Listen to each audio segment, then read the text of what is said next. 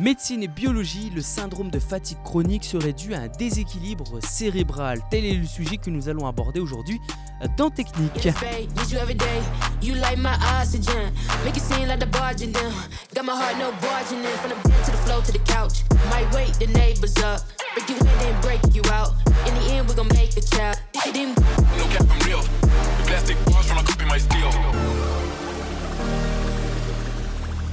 Une étude récente a découvert des différences importantes dans le cerveau, le système immunitaire et le métabolisme des personnes atteintes de syndrome de fatigue chronique.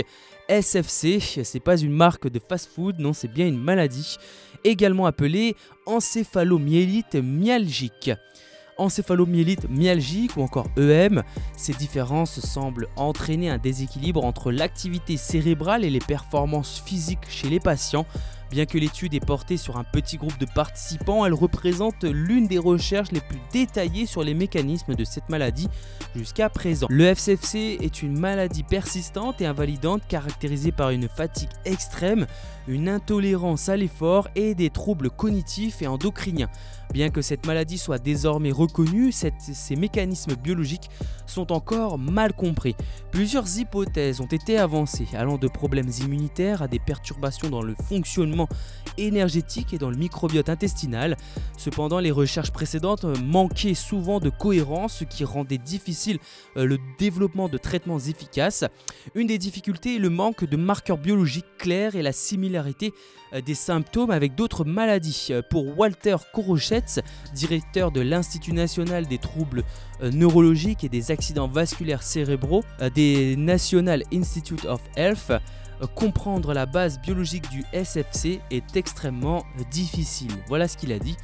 Et il a été établi que le SFC survient souvent après une infection aiguë et le virus Epstein-Barr était considéré comme un facteur de risque important. Mais en revanche, le virus SARS-CoV-2, donc la Covid, est maintenant également un facteur de risque significatif. Une nouvelle étude publiée dans la revue Nature Communications et menée par une équipe de chercheurs internationaux a examiné de près les mécanismes sous-jacents au SFC. L'étude qui a impliqué 17 patients atteints de SFC depuis moins de 5 ans et 21 personnes en bonne santé a utilisé une variété de techniques pour examiner le cerveau, le système immunitaire mais aussi le métabolisme des participants. Et les résultats ont montré que les participants atteints de SFC avaient une activité cérébrale réduite dans une région du cerveau impliquée dans la planification des efforts. De plus, leur liquide céphalorachidien présentait des niveaux anormalement bas de certaines molécules essentielles pour le fonctionnement du système nerveux. Des déséquilibres étaient associés à des performances motrices et cognitives réduites chez les patients.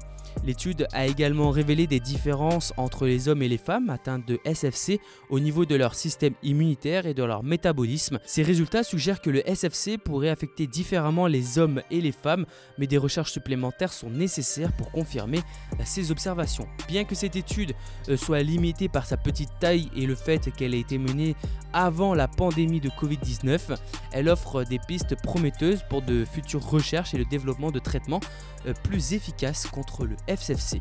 Ce sera tout pour notre chronique aujourd'hui, mais n'oubliez pas que la science n'est pas une vérité absolue les amis, et que les scientifiques sont loin d'être des génies innés. La science c'est avant tout l'exploration de l'inconnu pour comprendre le monde et le rendre meilleur. Je vous remercie.